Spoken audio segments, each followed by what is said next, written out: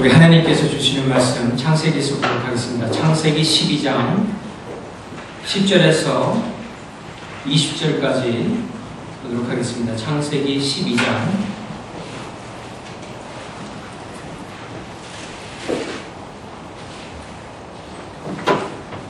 10절에서 20절까지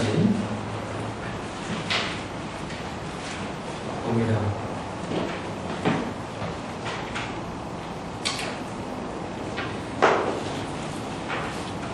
하나님의 말씀이 다음과 같습니다.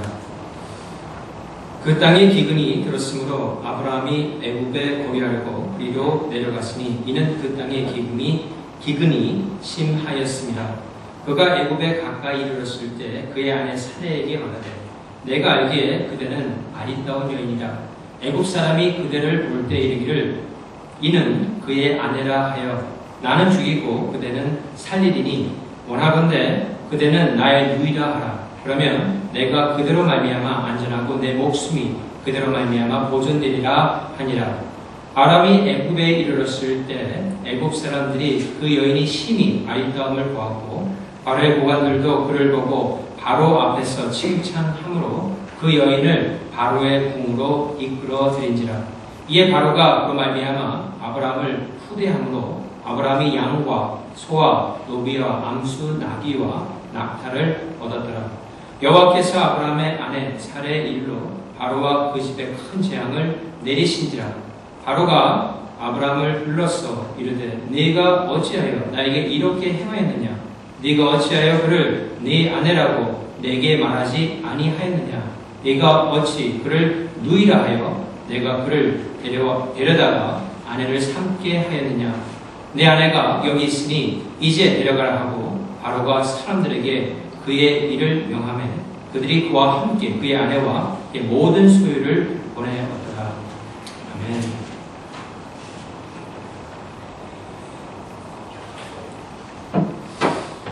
성경을 보게 되면은 신앙인으로서 완성된 모습이 성경에 군데군데 증거를 하고 있습니다.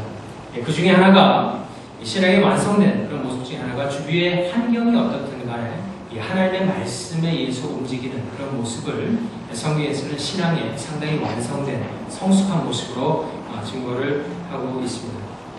주의 영향을 받기보다는 이 하나님의 말씀이 우리의 마음을 주장하시고 그 안에서 평안과 안식을 얻을 수 있는 상태, 그 상태가 바로 이 신앙인으로서 완성되어져 가고 있는 성숙한 모습입니다. 그런데 성경은 한 가지를 그와 더불어서 더 증거를 하고 있습니다. 그것은 신앙인의 완성됨은 이 반복되는 시련에 우리가 어떻게 반응하냐에 따라서 우리의 성숙도가 정해진다라는 것입니다. 그래서 사도 바울도 말하기를 다음과 같은 말을 했어요. 내가 자족함을 배웠노라고 증거를 하고 있습니다. 이 사도 바울이라고 하면은 거의 기독교의 기초를 가지고 사도 바울이 없이는 기독교가 있을 수 없었던 하나님께서 상당히 크게 쓴 사람입니다. 하지만 그조차도 내가 정말 하나님 안에서 주님만을 가지고 만족하는 것은 이 모든 상황 가운데서 어떻게 반응을 함으로 말미암아 라이프타임 동안 내가 배웠다라고 그렇게 증거를 하고 있습니다. 이 말씀을 다른 말로 우리가 좀 한다면 이렇게 말할 수가 있어요. 사람은 환경에 따라서 영향을 받는 연약한 존재라는 것입니다. 또한 이것은 굳건한 믿음을 가지고 있었던 신앙인들에게도 예외는 아니었다라는 것입니다. 오늘의 본문은 그런 아브라함의 모습을 사실 담고 있습니다. 아브라함이라고 하면은 믿음의 조상이요, 믿음하면 아브라함이라 할 정도로 믿음을 대표하는 사람입니다. 하지만 오늘 본문에 보게 되면은 그가 하나님의 말씀에 따라서 이끌리기보다는 주변 환경에 이끌려서 잘못된 선택을 하는 그런 장면이 나와 있습니다. 오늘 본문을 통해서 그 아브라함의 그 상태를, 그 모습을 우리가 세 단계로다가 조금 보도록 하겠습니다. 첫 번째는 아브라함은 그와 같은 잘못된 길로 가게 된 이 원인, 어떠한 주변 환경으로 인해서 그가 잘못된 선택을 했는가에 대해서 먼저 보고 두 번째는 그런 잘못된 선택을 했을 적에 나타나는 삶의 모습, 현상에 대해서 우리가 본 다음에 마지막으로 하나님께서 그와 같은 현상을 통하여서 우리에게 가르쳐 주시고자 하는 교훈이 무엇인가를 한번 생각해 보도록 하겠습니다. 첫 번째, 아브라함이 잘못 얻게 된 이 주변 환경에 대해서 그 원인들에 대해서 한번 분석을 좀 해보도록 하겠습니다. 이 말씀을 다르게 표현한다면 아브라함의 믿음에 어떤 시련이 다가왔는지를 보는 것입니다. 이 아브라함이 거할 곳은 가나안이라고 하는 그런 땅이었습니다. 하나님께서 가나안에 머물 것을 명령하셨고 그 이후로 어느 곳으로 가지 말라는 말씀을 하지 않았습니다. 거기에 분명히 보게 되면은 이 하나님께서 그 원인 가운데 이 아브라함이 잘못된 원인 가운데 이 가나안에 머물 것을 명령을 하셨습니다. 그 말씀 하나를 가지고 아브라함은 800만이라고 하는 먼 지역을 가게 됩니다. 지금으로 따지자면은 이 텐트와 같은 그런 장막에 살면서 그곳에서도 사실은 정착한 삶을 살고 있지 않았습니다. 다시 말한다면은 지금으로 따지자면 텐트와 같은 것을 하나님의 명령에 따라서 치고 또 움직이는 그런 삶을 살았다라는 것입니다. 사실 아브라함은 막대한 부를 가지고 있었지만 가나안 땅에서 땅을 소유하지 않았습니다. 나중에 아내였던 사레가 죽었을 적에 마브레라고 하는 곳에 막벨라라고 하는 굴이 하나 있었는데 그 굴을 사서 아내를 안치시키는 것 외에는 가나안에서 땅을 사지 않고 정착하지 않는 그런 생활을 했다라는 것입니다. 그런 삶이 있는 아브라함의 삶 속에서 갑자기 그에게 시련이 다가오는데 그 시련의 첫 번째는 무엇이냐면은 오랫동안 하나님께서 오래전에 주셨던 하나님의 약속이 응답되지 않는 그런 시련을 맞게 됩니다. 여러분, 하나님께서 아브라함을 부르시고 아브라함에게 약속을 한 두 가지가 있었습니다. 핵심적인 것은 두 가지인데요. 첫 번째는 뭐냐면은 네가 모든 사람의 복의 근원이 된다는 것이었습니다. 그게 첫 번째고 그 다음은 네가 많은 자손을 낳게 될 것이라고 하나님께서 말씀하셨습니다. 이 약속을 주셨는데 어떻게 보면은 갈라디아서에 보게 되면은 아브라함이 하나님께서 그것을 말씀하셨을 적에 그것을 그가 믿었고 그 믿음이 그의 의가 되었다라고 증거한 것을 보면은 아브라함의 믿음에 있어서 가장 기초가 되는 아주 중요한 약속이었는데 그 오랜 시간이 지나도 하나님께서 그 약속을 들어주시지 않는다라는 것입니다. 다시 말한다면 하나님께서 분명히 많은 자손을 그에게 주겠노라고 약속을 했는데 그 약속의 응답이 사례를 통해서 나타나지 않게 되자 이 아브라함의 믿음이 흔들리기 시작했다라는 것입니다. 더 나아가서는 아브라함이 가나안 땅에 존재하는 생소하고 원래 자신이 거하던 하나안 땅은 자기가 잘 알고 있는 고향 땅이었는데 거기를 떠나서 가나안이라고 하는 생소한 땅으로 간 이유가 한 가지 있다면은 하나님께서 약속하신 그 약속 때문에 갔는데 그 약속이 이루어지는 것 같이 않아지자 그의 믿음에 혼돈이 오기 시작한 것입니다. 여러분 모두 나름대로 오랫동안 그런 기도하는 제목들이 다 있으리라고 봅니다. 예수님께서 분명 우리에게 약속하신 것이 있습니다. 전에는 너희가 내 이름으로 아무것도 구하지 아니했습니다. 구하라. 그리하면 받으리 너희 기쁨이 충만하리라라고 주님께서 우리에게 약속해 주셨습니다. 다시 말한다면 예수님의 이름으로 우리가 구하는 모든 것들을 하나님께서 주시겠노라고 약속하신 것입니다. 그래서 우리가 어떤 기도 제목을 놓고 하나님께 간절히 구합니다. 하나님의 말씀에 뒤집어봐서 우리의 기도 제목이 그렇게 어긋나는 것 같지도 않는데 하나님께서 십수년을 기도하더라도 들어지지 않는 그런 기도의 제목들이 우리 가운데 때에 따라서 있다는 것입니다. 그런 상황이 우리에게 다가올 적에 우리가 가지고 있던 믿음이 흔들릴 수가 있습니다. 그러므로 그 믿음의 흔들림에 따라서 기도하는 것을 중단하게 되는 그런 경우가 있다는 것입니다. 아브라함도 마음에 그런 갈등을 겪기 시작한 것입니다. 사실 그 갈등이 이 본문에서는 안 나타나지만은 뒤에 가게 되면은 이 아브라함이 이 하나님과 대화하는 장면 그리고 하나님 앞에서 행동하는 것을 보면은 그런 마음이 이렇게 드러납니다. 그때 가면은 그러니까 지금은 마음속 가운데 깊은 곳에 있지만은 나중에 가면은 그런 마음이 드러나서 하나님께 이런저런 말을 하고 또한 하나님께 하는 행동이 달라지기 시작합니다. 그것은 무엇이냐면 그가 가지고 있던 가장 믿음의 기본이 흔들리기 때문에 하나님에 대해서 그렇게 행동을 하기 시작했던 것입니다. 그런 상황이 아브라함에게 왔고 아브라함은 하나님에 대한 믿음이 흔들리기 시작했다는 것입니다. 두 번째, 아브라함으로 하여금 그의 믿음이 흔들리게 했던 원인이 있다면 그의 정착지가 알려지지 않았다는 그 점이 바로 그로 하여금 그의 믿음이 흔들리게 했습니다. 이 가나안이라고 하는 땅은 우리는 그냥 가나안 그러면 이렇게 개념이 잘 안 들어오지만 가나안이라는 땅은 상당히 넓은 땅입니다. 그 가운데 세김이라는 도시도 있고 베델이라는 도시도 있습니다.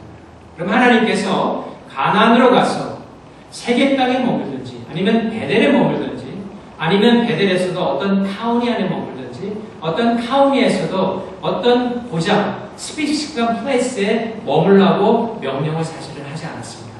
그냥 모호하게 가나안으로 가라 그랬고 때에 따라서는 이 가나안의 세겜에서 머물라 그랬고 또 때에 따라서는 베델에서 머물라 그랬습니다. 이 정착지가 정확지 않으니까 이 아브라함이 생각하기에 하나님께서 나에게 정확한 곳에 머물라는 소리를 안 했기 때문에 주변 상황에 따라서 잠시 이 장소를 옮길 수도 있지 않느냐라는 그런 생각이 들었던 것입니다. 하지만 한 가지 분명했던 것은 무엇이냐면 하나님께서 분명히 가나안에 머물라고 했습니다. 그런데 거기에 어려움이 닥치자 다른 곳으로 이주할 생각을 했던 것입니다. 실수는 무엇이냐면 그 전에 하나님께 물어보지 않았다라는 것입니다. 마지막으로 이 아브라함이 결국에는 그의 믿음의 행동을 하지 않게 된 마지막 요인이 있다면 그 고장 가나안에 기근이 오기 시작했다는 것입니다. 창세기 12장 10절 말씀 한번 보도록 하겠습니다. 창세기 12장 10절 보면 이렇게 되어 있어요. 그 땅에 기근이 들었으므로 아브라함이 애굽에 거류하려고 그리로 내려갔으니 이는 그 땅에 기근이 심하였음이라 라고 되어 있습니다.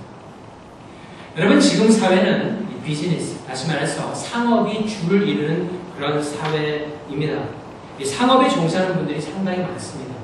하지만 그 당시에 대부분의 사람들은 50% 이상이 이 농사에 임했습니다. 그러니까 모여서 얘기하면 주로 이 농사 이야기들을 했습니다. 어떻게 농사를 잘 질 수 있을까. 그러다 보니까 그 사회의 근간이 되는 사업이 이 농업이었습니다.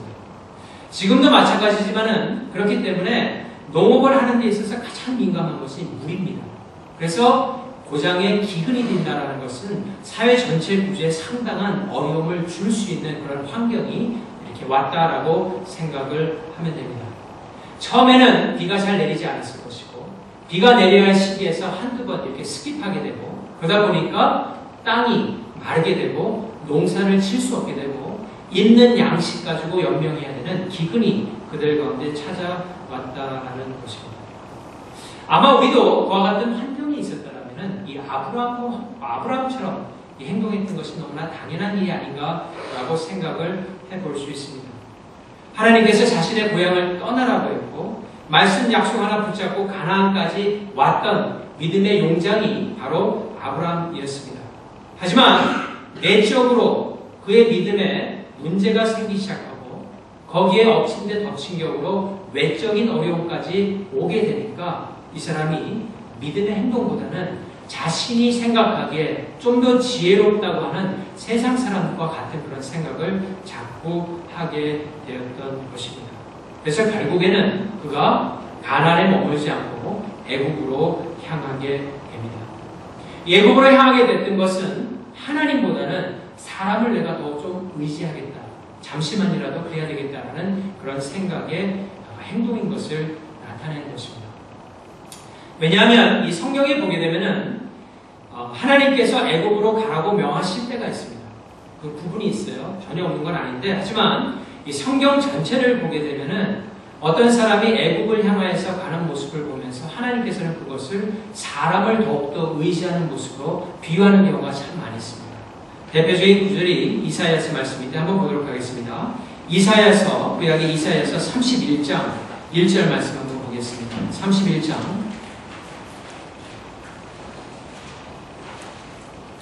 1절 말씀, 이사야 31장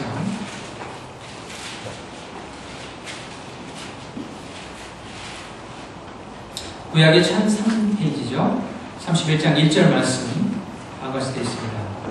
도움을 구하러 애국으로 내려가는 자들은 화 있을진저. 그들은 말을 의지하며 병거의 많음과 마병의 심히 강함을 의지하고 이스라엘의 거룩한 일을 앙모하지 아니하며 여호와를 구하지 아니하나니. 거기에서 여호와를 구하지 아니한다는 것은 영어에 보면은 help한다는 단어를 썼어요. 도움이라고.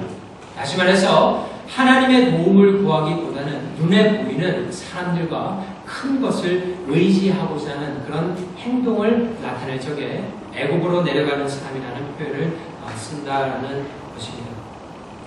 우리가 우리의 삶 속에서 아브라함과 같은 육적이건 영적이건 기근을 만날 때가 있습니다. 우리의 인생 가운데. 그때 우리가 정말 마음속에 한 가지 말씀, 딱 붙들 말씀이 있다면은 이 이사야서 31장 1절 말씀을 붙드는 것이 참 좋습니다. 이 뒷부분에 특별히 거기에 보면은 뒷부분에 보면 이렇게 되어 있죠. 거룩한 일을 앙모하지 아니하며 여호와를 구하지 아니하나니를 거꾸로 긍정적으로 우리가 본다면은, 다시 말한다면 그것을 긍정적으로 해석한다면 이렇게 볼 수가 있어요. 거룩하신 하나님을 구하여며 주님께 도움을 구하라라는 것입니다.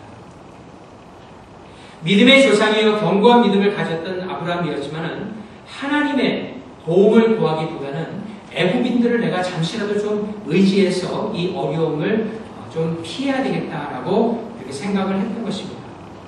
그런데 문제는 거기에 있었습니다.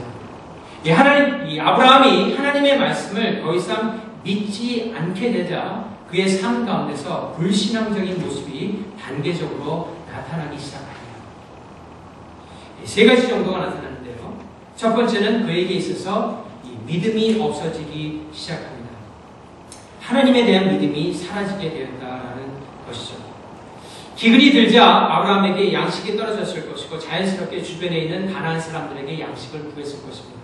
하지만은 그 기근이 언제까지 될지도 모르고 절박한 상황 가운데서 자신의 민족도 아닌 이방 사람인 아브라함에게 줄 그런 양식까지는 분명히 없었을 것입니다. 아브라함의 요청을 거절했을 것입니다. 그래서 결국 아브라함은 그 상황 가운데서 자신뿐만 아니라 자신의 가족들을 위한 가장 현명한 방법이 무엇인가를 생각하게 되고 애국으로 향하게 된 것입니다. 이 상황에 따라서 어쩔 수 없이 애국으로 향하게 되었다라는 것이죠. 애국으로 향하는 그 아브라함의 모습을 보면서 일반적으로 생각하면 사실 결코 잘못된 일은 아니라는 생각을 가질 수 있습니다. 충분히 그럴 수 있습니다. 여러분, 영적으로 살아간다는 것이 현실을 무시하면서 사는 것이 아닙니다. 영적으로 산다는 것이 현실로부터 도피하는 삶이 결국 아니라는 것입니다. 현실에 닥치는 문제들을 우리가 잘 해결해 나가면서 사는 것도 바로 영적으로 살아가는 것입니다. 그런데 여기에서의 문제는 무엇이냐면 아브라함의 마음 가운데서 하나님보다는 다른 것을 더 의지하고자 하는 그런 마음이 생겼고 그 마음 가운데 나타난 행동이었기 때문에 문제가 된다는 것입니다. 더 나아가서 아브라함에게 한 가지 더 문제가 있었다라면은 그런 생각이 들 적에 한 가지 현실, 기근으로 인해서 온 가족이 어려워진다는 한 가지 현실만을 보기보다는 전체적인 픽처를 좀 볼 수 있는 해안을 그가 가질 수 있어야 된다는 것입니다. 상황은 힘들지만은 하나님께서 분명히 주신 약속의 말씀이 있기 때문에 그 말씀을 다시 한번 주시하면서 하나님의 때를 좀 더 기다려야 됐던 것이 아브라함의 믿음의 행위였는데 그것보다는 자신이 생각하기에 지혜롭다고 생각한 쪽으로 빨리 취했기 때문에 문제가 되었다는 것입니다. 베드로도 그리고 신앙의 많은 용장들도 그런 어려움을 겪을 때가 사실은 있습니다. 베드로 하면은 예수님의 제자 가운데서 수제자입니다. 가장 뛰어난 제자입니다. 그런데 그 베드로가 어느 날 힘차게 노를 젓고 있었어요. 그때는 파도가 일렁이고 있었고 상당히 그들이 어려운 가운데 있었습니다.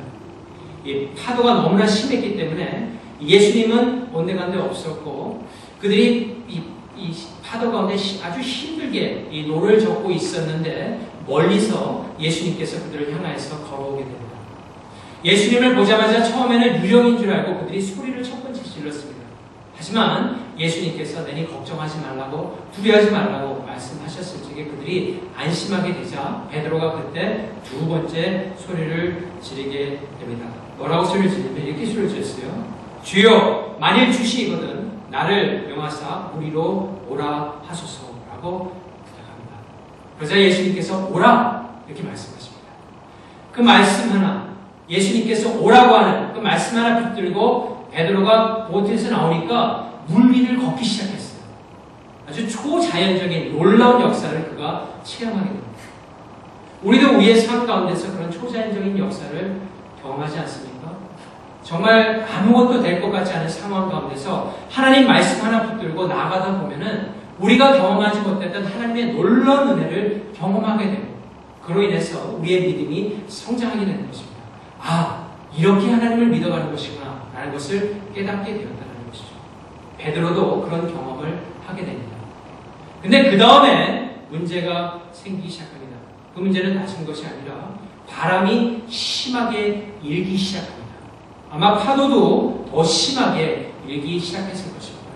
그러자 예수님을 향하여서 보고 있던 베드로의 눈이 옆으로 불어오는 바람을 보게 되고 그 바람으로 인해서 파도가 크게 치는 것을 보자 갑자기 두려움이 생기고 그에게 믿음에 대한 의심이 들어오자 물속으로 빠져들어가기 시작합니다.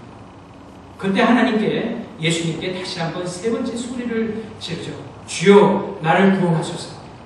그러자 예수님께서 달려오셔서 그를 구원해 주시고 그와 함께 걸어서 다시 그 배 안으로 들어가게 됩니다. 이것이 바로 우리가 세상을 걷고 있는 그런 모습을 나타내는 것이 아닌가 생각을 합니다. 믿음이 없으면 세상으로 삽시간에 들어가는 우리의 연약한 모습. 하지만 다시 주님께 소리를 붙들어 주시고 그 믿음을 가지고 이 세상이라고 하는 바다 위를 같이 항해하는 그런 모습. 그것이 바로 우리의 모습인 것을 성경은 가르쳐주고 있습니다. 그리고 하나님께서 가장 기뻐하는 모습은 바로 그 모습이라고 성경 증거하고 있어요. 그래서 히브리서 11장 6절을 보게 되면 이렇게 되어 있죠. 믿음이 없이는 하나님을 기쁘시게 하지 못하니 이렇게 되어 있습니다. 다시 말한다면 우리가 얼마나 귀한 존재입니까?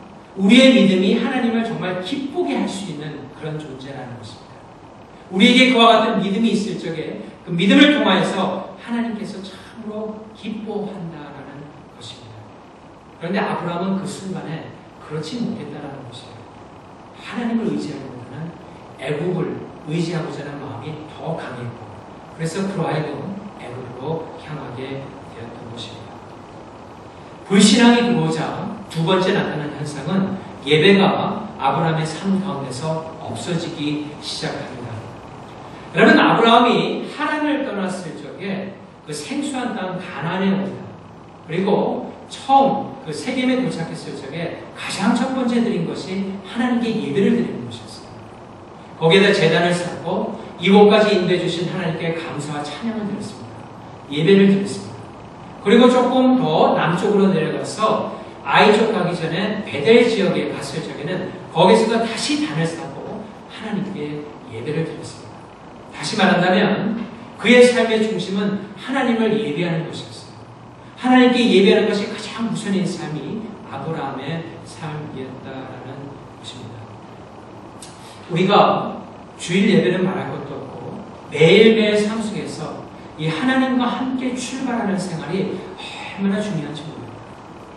우리의 삶의 중심이 하나님이 되시고 하나님께 예배드리실 시간이 가장 기쁘고 또 우리의 삶 가운데서 생명의 근원 되신 그분을 만나는 시간을 통해서 우리가 힘을 얻고 이 세상을 살아갈 적에 그 삶이 올바른 신앙의 길로 나아갈 수 있다는 것입니다. 그런데 믿음이 흔들리고 하나님이 있어도 되고 없어도 되는 그런 삶의 형태가 되게 되면 예배는 더 이상 중요해지지 않는다는 것입니다. 자신이 원하는 것을 먼저 하는 삶으로 점점 더 바꿔진다는 것이죠. 그것이 바로 불신앙이 골초에 찾아오는 두 번째 문제가 되는 것입니다. 마지막으로 결국에는 하나님보다는 자신의 생각을 더 의지하게 됩니다. 하나님 말씀보다 자신의 생각을 더 의지하게 된다는 것입니다. 그리고 더 나아가서는 다른 죄들을 계속해서 짓게 됩니다.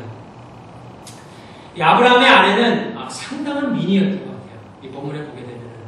근데 그 미인의 정도가 아브라함이 봐서, 남편이 봤을 미인 정도가 아니라 다른 사람이 보더라도 미인이었고, 다른 민족이 보더라도 미인이었어요. 그러니까 요즘으로 따지자면 미스 아메리카 정도는 정도가 아니라 미스 유니버스, 그러니까 국제대회에 나가더라도 사람들이 참 이쁘게 생겼다라고 하는 그런 미니 사례였던 것 같습니다. 그래서 자신의 아내가 참 아리따운 그 모습이 보기는 좋았는데 낯선 곳으로 가자 그러니까 아브라함에게 좀 문제가 생깁니다. 그러니까 그 당시에는 아마 이 아내가 이쁘면은 그 남편을 갖다 죽이고 그 아내를 갖다 뺏어가는 일들이 아마 있었던 것 같아요. 그러니까 그렇게 될 거가 상당히 두려워진 것입니다. 근데 여기에서 우리가 한 번 더 생각해 볼 수 있는 것은 아브라함이 하란 땅에서 가나안으로 떠날 적에는 그런 걱정을 안 했습니다. 왜냐하면 하나님을 믿었기 때문에. 하지만 이제는 하나님을 믿기보다는 자신의 생각을 믿게 되니까 나를 보호해야 될 사람이 나 자신이라는 생각이 드니까 혹여라도 살해로 인해서 자신이 죽을 수도 있다라는 생각을 했고 거짓말을 하게 됩니다. 그래서 다른 것이 아니라 살해를 사람들이 물으면은 아내라 그러지 말고 이복누이라고 속이라고 합니다. 그 당시에는 이제 사촌 간에도 결혼을 할 수 있었던 그런 결혼 구조가 조금 어느 정도 있었습니다. 그러니까 이복누이라는 게 그러니까 큰아버지하고 작은아버지의 이제 형제가 사촌 간에 결혼이 되었다면 어떻게 보면 이복누이라고도 볼 수가 있겠죠. 하지만 이복누이라는 것은 좋은 허울뿐이고 그 속에는 이 사례를 누이라고 속여서 자신의 생명을 좀 이렇게 보호하고자. 그래서 사람들이 와서 당신의 누이를 좀 나의 아내로 달라 그러면은 그럴 수 없다라고 이렇게 말하면서 그 사람들을 갖다가 좀 멀리할 수 있는 어느 정도 자신 나름대로의 생각을 했던 것입니다. 그런데 문제는 아브라함의 다음 사람이 주변에 있는 사람들이 아니었고 바로가 되었다라는 것입니다. 이 바로는 자기가 생각해 봤던 사람이에요. 바로까지 이렇게 자기의 아내를 정말 캔넬이라고 생각을 해볼 수 없었던 것입니다. 그러니까 바로가 데리고 오라 그러니까 거기서는 어떤 협상을 할 수가 없었고 그냥 아내를 뺏기는 그런 지경에 놓여지게 되었다는 것입니다. 아브라함이 자신이 해볼 수 있는 모든 상황으로 해봤지만 결국에는 자신이 감당할 수 없는 상황이 되어버리게 된 것입니다. 그래서 어떤 역사가 일어납니까? 하나님께서 역사를 일으키기 시작합니다.